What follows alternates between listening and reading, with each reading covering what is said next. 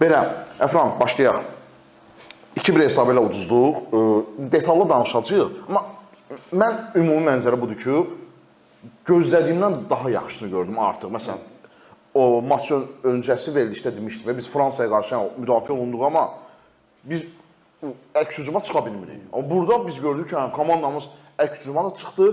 Hətta biz ikinci qolu buraxandan sonra, ondan sonra oyun bizim dikləmiz. Biz artıq rəqibi sıxırdıq, bütün komanda mövqe hücumları qururduq. Yəni, yavaş-yavaş Ayxan Abbasov müdafiəni oturtdurandan sonra artıq yaradıcılığı da yavaş-yavaş komandaya aşılamağa başlayır. Şəxsən mənim qənaətim budur ki, əlbəttə, məğlubiyyətə görə üzgünük. Hətta haradasa bəzi epizodda bəxtimiz gətirsə, bir xal da oyundan ayrıla bilərdik. Ümumi mənzərəm mənim üçün budur ki, bu oyuna görə, bu milli komandaya görə mən utanmaram.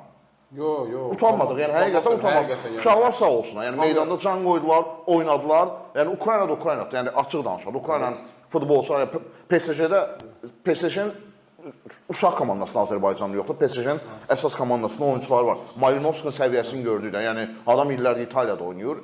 Sənin belə ilkin təəssüratın nədir onun barədə? Əlbəttə düzdür. Mən inanmıram ki, nəinki biz ümumiyyətlə Azərbaycan xalqı həqiqətən sevincirici ki, belə bir oyun gördük. Axı son zamanlarda millidə belə bir oyun görmürdük.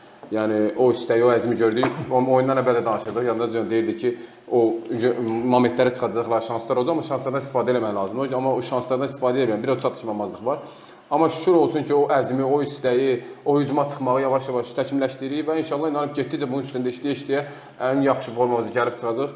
Həmişə deyirdik ki, oynamırlar, qaçmırlar, istəmirlər, amma tamam başqa cür söhbət edirik. Qələbədən istəyirik, başqa cür daha əlavə şeylər istəyirik. Çünki bu Qarabağ necədir məsələn, hər istədən hər oyundan oyunu deyir, daha yaxşı olsun, daha yaxşı olsun. Amma baxırıq ki, Qarabağ hökmləri odur. İndi Azərbaycan inşallah bir yaxşı yerlərdən birinə gəlib çıxacaq və bu oyundan göstərir ki, bu oyun bizə göstərəcək həqiqətən nəticələrimiz getdikcə daha yaxşı olacaq.